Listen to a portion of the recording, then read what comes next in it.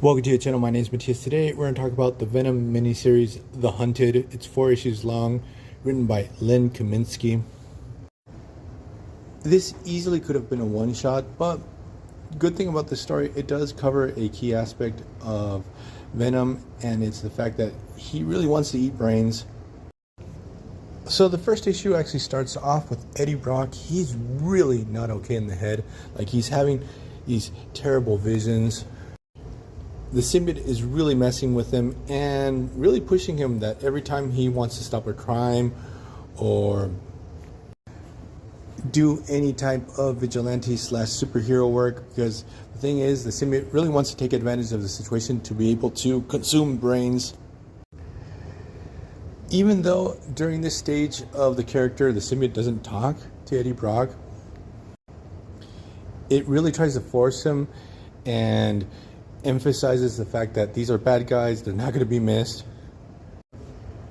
they're total scum. And the thing is that we have this situation where Venom clobbers a bunch of bad guys.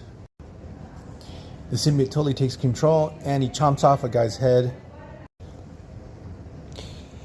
And we have this situation where Eddie Brock totally freaks out to the point that he's able to purge the symbiote off him. And what happens is the symbiote decides to leave him, search for a new host. Eddie's just left naked in an alley, totally unconscious. He ends up waking up in a psychiatric hospital. He doesn't really understand what had gone down. Now, while all this is going down, we have the symbiote eating brains left and right. The whole comic has like this horror vibe to it. The symbiote has become a full-on monster. Now, back at the hospital, what happens is Eddie is being experimented on. Like, the head doctor of the place is called Dr. Payne or something like that. He's pretty much a throwaway villain, and obviously what ends up happening is Eddie escapes this hospital. He discovers that the symbiote is wreaking havoc, and he knows that he's the only one that can stop it. So what happens is we have Eddie, he's hunting down the symbiote worm. I have no idea where he got the money to buy like this really insane, gigantic gun that has a flamethrower, and he has all this military gear on him. But before you see Eddie trying to hunt down the symbiote, we get this whole scenario where Eddie is at a library, he's investigating. At first, it's not super clear what he's trying to find out at the library, but it's actually a really cool detail that we're going to get further down the line in the story. So we get a brief battle between Eddie and the symbiote, and we get this cool situation that sort of caught me off guard because I didn't see it coming. Eddie tells the symbiote, look, I know you're suffering, you're dealing like with this addiction and withdrawal. You need this specific chemical that's in brains. Well, I was able to find that chemical.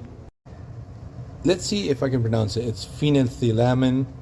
I probably butchered that, but it's also the same chemical that is mentioned in the Venom movies. And it's really cool because through the art, we are shown that the symbiote is actually relieved over this whole situation, that it can have access to this chemical and not hunt people down. But that evil doctor that I mentioned earlier had hunted Eddie down. He captures the symbiote.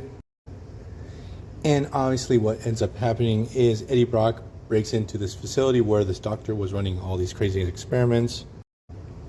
He rescues the symbiote. We get Venom back. Venom pretty much kills everyone there. And at the end of the story, we discover that the symbiote can get the chemical that it needs through chocolate. So there's that whole thing where Venom is pretty much a chocolate addict, which was a thing in the Venom movies again. And that was pulled from a comic from 1996. So we're going to leave this video here. I hope you guys liked it. See you guys next time. Bye.